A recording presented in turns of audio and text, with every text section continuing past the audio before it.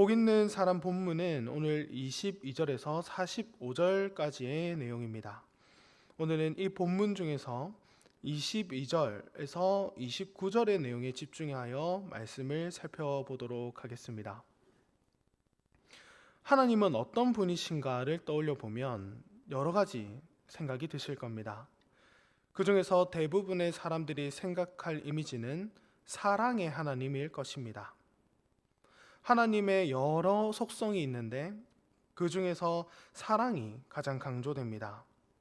그리고 그 사랑에 대한 개념을 우리가 사회에서 통용되는 그 사랑의 개념으로 이해하다 보니 때로는 사랑의 하나님이 연약해 보이는 하나님 또는 어쩔 줄 모르시는 하나님으로 묘사되는 경우도 꽤나 있습니다. 그러나 하나님이 누구시냐? 하나님은 어떤 분이시냐에 대한 질문에 대한 답은 성경적이어야 합니다. 하나님을 알 수 있는 유일한 방법이 하나님의 말씀인 성경이기 때문입니다. 그렇다면 오늘 본문에서 발견할 수 있는 하나님은 어떤 분이실까요? 한마디로 정리하자면 오늘 본문에서 등장하시는 하나님은 치밀하게 보복하시는 하나님이십니다. 치밀하게 보복하시는 하나님이십니다. 오늘 본문에서 하나님의 모습에서 연약해 보이는 모습은 없습니다. 어쩔 줄 모르는 하나님의 모습도 없습니다. 아주 치밀한 계획으로 보복하시는 하나님이십니다. 하나님은 사랑의 하나님이시기도 하지만 동시에 공의로우신 분이시기 때문입니다. 요담은 나무 이야기로 어제 본문에서 레바논의 백향목, 그러니까 이스라엘이 받을 심판에 대해서 선포했습니다. 오늘의 본문은 그로부터 아비멜렉이 통치한 지 3년이 되는 시점입니다. 약 1000일 정도 되는 시간입니다.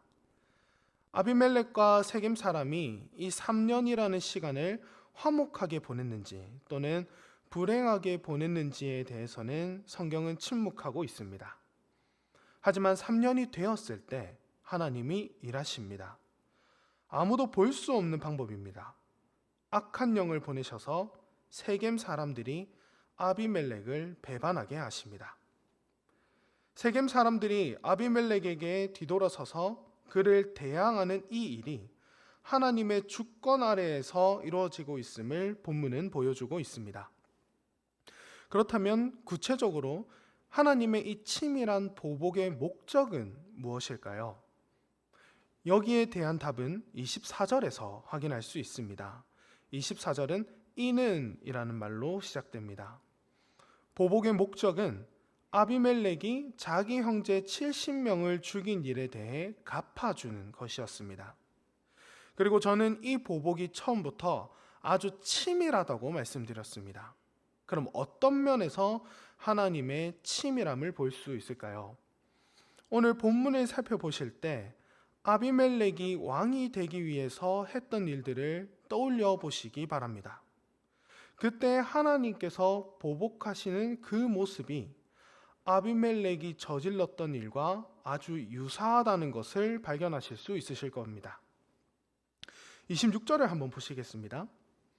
26절을 보시면 에벳의 아들 가알이 등장합니다. 그런데 가알 혼자만 등장하는 것이 아닙니다. 가알은 자신의 형제들과 더불어 세겜으로 왔습니다. 그리고 세겜 사람들의 지지를 받습니다. 26절을 보시면서 아비멜렉을 한번 떠올려 보십시오. 아비멜렉은 세겜에서 무엇을 했습니까? 어머니의 가족과 친지들을 통해 세겜 사람들의 지지를 얻어냅니다. 가알은 형제들을 통해, 아비멜렉은 어머니의 가족과 친지를 통해 세겜 사람들의 지지를 받습니다. 아주 유사한 모습입니다. 이제 27절로 가보도록 하겠습니다. 27절에서 가알은 세겜 사람들의 지지를 받아 산당으로 향합니다. 여기서 또 아비멜렉을 떠올려 보겠습니다. 제가 지금 말씀드린 내용은 또 4절에 있습니다. 아비멜렉은 세겜 사람들의 지지를 받고 바알브릿 신전으로 향했습니다. 산당 그리고 신전이 반복됩니다. 마지막으로 28절을 보겠습니다. 28절에서 가알이 말하는데, 가알이 말하는 내용을 정리하자면 이렇습니다. 세겜 사람들아, 아비멜렉이 누구냐? 누구이기에 아비멜렉을 섬기느냐? 차라리 세겜의 아버지 하몰의 후손을 섬겨라. 우리가 어찌 아비멜렉을 섬기겠느냐? 가알의 이 말은 아비멜렉이 세겜 사람들을 자기 편으로 끌어올 때 말한 것과 비슷합니다. 그게 2절에서 등장하는데요. 2절에서 아비멜렉의 말을 풀어 설명하면 이렇습니다. 세겜 사람들아, 여룹바알의 아들 70명이 누구이길래 너희를 다스리냐? 세겜 사람들아, 그들이 너희를 다스리는 게 낫느냐? 아니면 너희와 동족인 내가 다스린 편이 낫지 않겠느냐라고 말합니다. 가알과 아비멜렉 모두 어찌 그 자가 너희를 섬기리요? 이 자가 너희를 섬기는 게 낫다고 말합니다. 방금 살펴본 것처럼 하나님께서는 아비멜렉에게 치밀한 계획을 두고 보복하시는데, 이 보복이 아비멜렉이 저질렀던 여러 악행의 재현임을 보여주고 계시는 것입니다.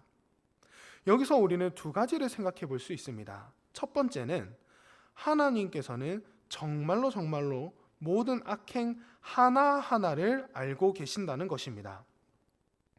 우리는 삶에서 악행자들의 행포가 우월해 보일 때가 있습니다. 그래서 때로는 하나님이 정말로 이 일을 알고 계시는가? 하나님이 정말로 나와 함께 하시는 분이 맞으신가라는 질문이 들기도 합니다. 오늘 본문은 이에 대한 확답을 줍니다. 하나님의 치밀한 보복 계획을 보면 하나님이 아비멜렉이 행한 악행 하나하나를 기억하고 계신다는 것을 알 수 있습니다. 하나님은 절대로 악행을 보고 무관심한 분이 아니십니다. 때로는 무관심한 분이라고 느껴질 수 있을지 모르겠지만 결코 그렇지 않습니다. 두 번째로 생각해 볼 것은 하나님은 악인을 반드시 심판하신다는 것입니다. 저는 시편 1편 찬송을 부를 때 맨 마지막 가사가 늘 가슴에 남습니다. 악인의 길은 망하리로다. 하지만 현실에서는 악인의 길이 형통하게 보일 때가 많습니다. 그래서 성도로서 살아가는 이 삶이 때로는 무의미하고 공허하게 느껴질 때가 있을 때도 있을 수 있습니다. 그러나 하나님은 모든 악행을 하나하나 보고 계시며 그 악인들을 심판하실 하나님이시라는 것을 오늘 본문은 보여줍니다. 어느 정도 시간이 지난 후 아비멜렉을 아주 치밀한 계획 속에서 보복하신 것처럼 하나님은 악의 길을 망하게 하실 것입니다.